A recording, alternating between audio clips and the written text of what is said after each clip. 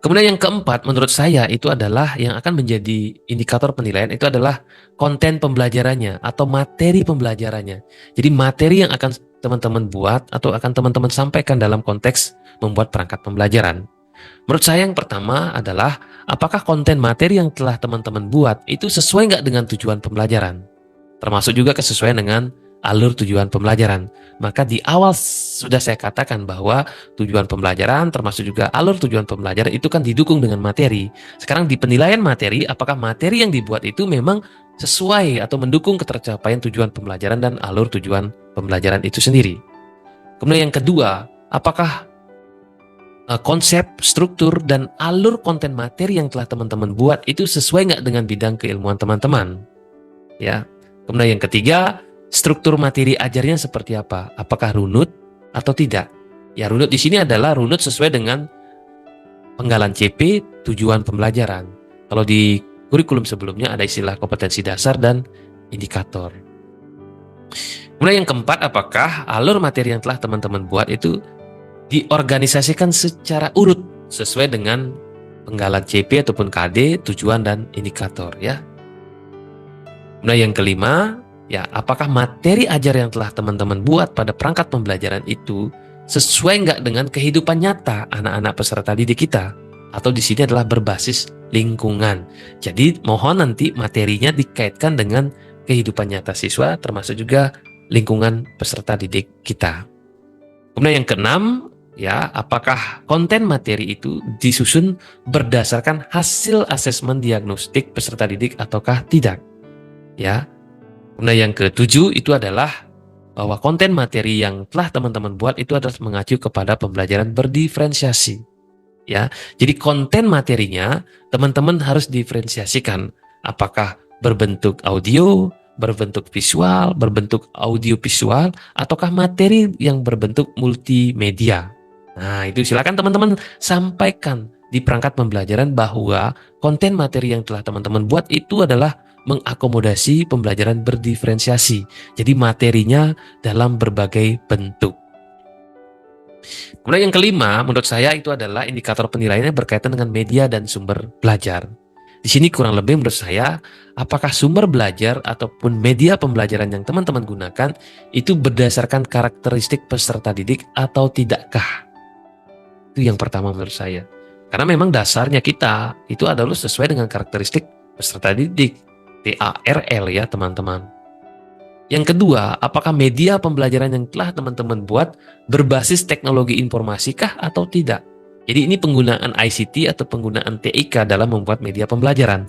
Jadi sekali lagi menurut saya teman-teman, karena ini menjadi poin penilaian menurut saya, maka teman-teman juga harus selain media tiga dimensi atau media realita, tetapi teman-teman harus kaitkan dengan bagaimana media yang berbasis teknologi informasi, penggunaan Mentimeter, Kahoot, ya, word wall dan lain sebagainya. Silakan teman-teman sesuaikan.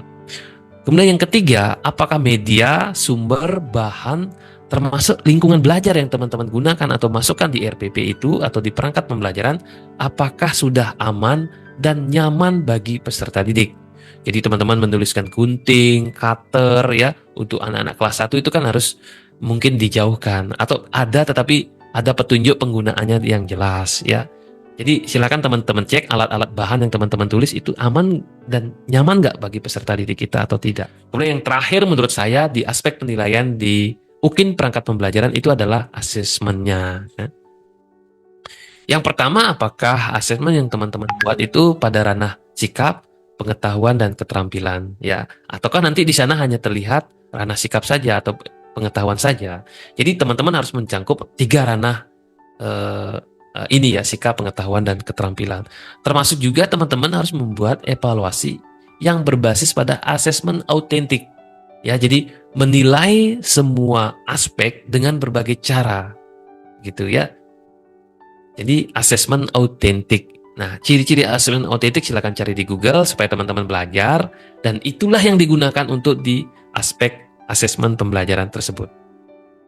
Kemudian yang ketiga adalah apakah asesmen yang teman-teman gunakan itu berpusat pada peserta didik atau tidakkah?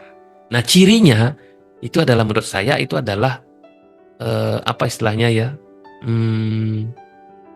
self assessment. Jadi dia sendiri yang menilai dirinya, ya, keunggulannya, kelebihannya, kekurangannya, hal-hal yang perlu ditingkatkan. Jadi di sini lebih banyak mungkin teman-teman sampaikan asesmennya adalah menggunakan self assessment dari peserta didik sendiri, termasuk juga ada peer assessment, penilaian dari teman sejawatnya, gitu, ya.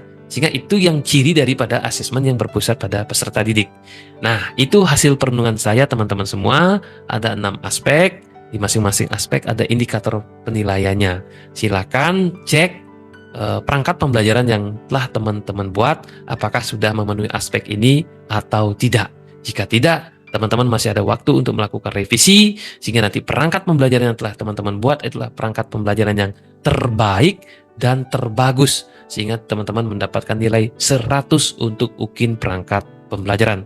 Terima kasih, dan mohon bantuan kalau memang video ini bermanfaat bagi teman-teman semua, silakan bantu share kepada teman-teman semua, sehingga semuanya mendapatkan pencerahan dan nilai yang maksimal. Terima kasih, kurang lebihnya saya mohon maaf yang sebesar-besarnya. Sukses untuk kita semua.